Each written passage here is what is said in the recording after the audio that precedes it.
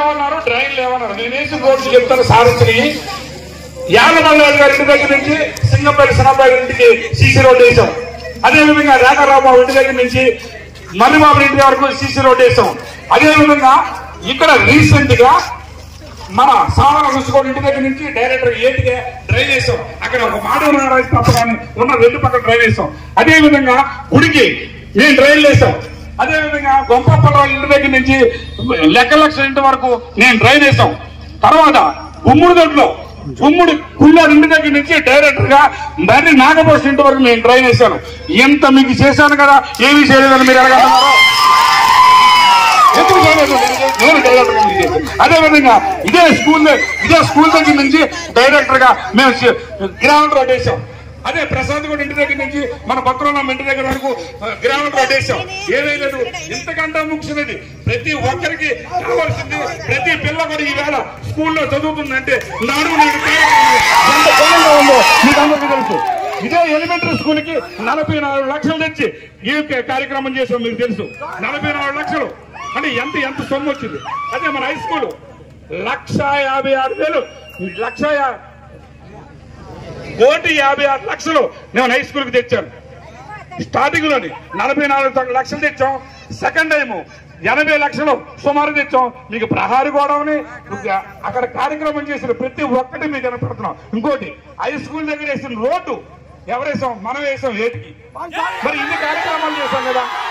అదేవిధంగా జగనన్న కాలనీలోకి మీరందరూ వెళ్తారు కదా అనే ఉద్దేశంతో మెట్ట దగ్గరికి 9 లక్షలతో రోడ్డు వేయడం జరిగింది. ఏమి లేదని చెప్తారేంటి? ఎందుకు లేదు? సంక్షేమ పథకం నేను ఉన్నప్పుడు సార్ మనకు ప్రభుత్వం ఏర్పడిన దగ్గర నుంచి నేను కులం చూడలేదు, మతం చూడలేదు, జాతి చూడలేదు, ఎవరైనా చూడలేదు. ప్రతి ఒక్కరికి రామకృష్ణ ఇటువంటి పథకాన్ని ఆపాడని మీరు ఎవరైనా గుండె మెచ్చేసి చెప్తే మీ ఎదురు నేను లొంగిపోతాను. నేను ఎవరు కూడా చెప్పలేదు. వాలంటీర్ చేస్తాడు, సర్పంచ్కు కూడా సంబంధం లేదనన్నా చాలా మంది మేము ఇంటికి వెళ్ళి నా ఇంటి దగ్గరికి రాకుండా డైరెక్ట్గా సచివాలయంకి వెళ్ళి మీరు చేయించుకోలేదు. ఎంతో మంది ఉన్నా సరే మిమ్మల్ని ఒక్క నేను మాట్లాడలేదు. ఎందుకు మాట్లాడలేదు? సంక్షేమం అనేది అందరికి ఇమ్మన్నారు. అక్కడ పైన పెద్ద ఆయన ఇమ్మన్నాడు, కింద 2వ ఆయన ఇమ్మన్నాడు, 3 ఇక్కడ మేమిచ్చాం. అంటే అందరిని సమానంగా చూసాం. సమానం చూసే శక్తి, యుక్తి అన్ని మాకు తెలుసు కాబట్టి మిమ్మల్ని అందరినీ చేయగలం. ఇంకొకటి ఇక్కడ స్థానికంగా ఇక్కడ పుట్టినండి, ఇక్కడ నుంచి పెరుగునండి. అయితే నన్ను చాలా మంది ఏం చేశారంటే ఒంటరివాడు ఈడేడు చేతులు ఆడేసి నన్ను చాలా సార్లు విమర్శించారు. అయినా అలాగే ఉన్నాను నేను. ఇంకొకటి ఒంటరిగా పోరాడాను, 100 మందితో వచ్చాను, 100 మంది 1000 మందితో వచ్చాను. ఇవన్నీ ఈ కార్యక్రమాలన్నీ నేను చేసినాయి. అయితే ఏంటి, నేను ఎవరిని మోసం ప్రతిపక్షం వాడి ఇంట్లో కూడా నేను పెన్షన్ పెట్టాను, ప్రతిపక్షం ఇంట్లో కూడా అమ్మఒడి పెట్టాను. ప్రతిదీ కూడా ఏ సంక్షేమ పథకం కూడా మీకు ఎవరికి నేను తప్పు చేయలేదని గుండెలు మెచ్చేసి నేను చెప్తున్నాను. అలాంటి తప్పు కూడా నేను చేయను. అదేవిధంగా 3 లక్షలు తీసుకుంటే మాఫీ చేయనన్నాడు.